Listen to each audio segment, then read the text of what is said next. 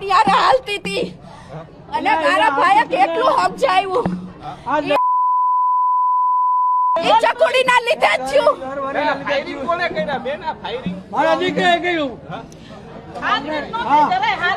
હાલતી નથી કેટલાની હારે રાખીને બેઠી છે. કેટલાને રાખીને બેઠી છે, હારતી જ નહોતી એને. રોજ બાંધવા આવે 2 દિન અમારે આવું હા 2 દિન અને ઉપર રેસાઈ એડી એની બેનપણી એને દાગીના બાગીના બધું એને ને આગળ જ છે. પૈસા ટકા બધું ઘરમાં ઉહેડો કરીને વહી ગઈ છે. છોકરાનું બધું ઉહેડો કરીને અને એડી ઉપર રહીને એની આગળ જ છે બધું. કેટલાક તોલ દાગીના હતા. 10 તોલાનો છે. ક્યાં ગયા? એને જવા જ ન દીધા. ઈ કે તું જાતી જ નહીં તારા ભાઈડા આગળ. એને જવા જ આ બધું કરનારી 2 જણિયું જ છે.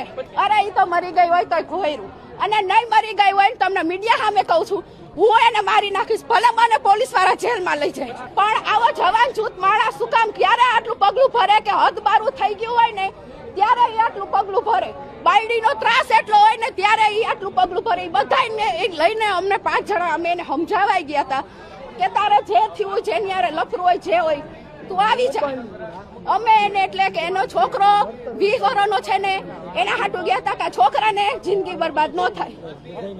મારો ભાઈ ન્યા લગી તૈયાર હતો કે તને આ ઘર દઈ દઉં બધુંય દઈ દઉં બધુંય તને દઈ દઉં તું ને તારો છોકરો અહીંયા રે બસ હું વયો જાઉં.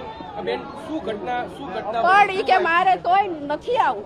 એને આખા ગામની ચડાવણી અને એનો ઓલો પ્રેમિકા વિસલો છે ને ઈ ચડાવતો તો પ્રેમિકાનો વિસલો અને એક આવડિયા પૂજાડી અને એક ઓલી સોનુડી ઈ ત્રણેયને ચડાવતા હતા. આને જવા જ નહોતા દેતા.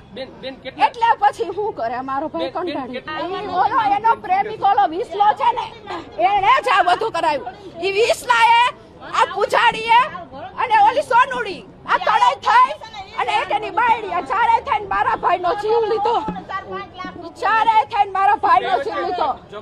કેટલા હોનું લઈને ગઈ છે, પ્રોપર્ટીના કાગળિયા 5 લાખ રૂપિયા બધું લઈને વહી ગઈ.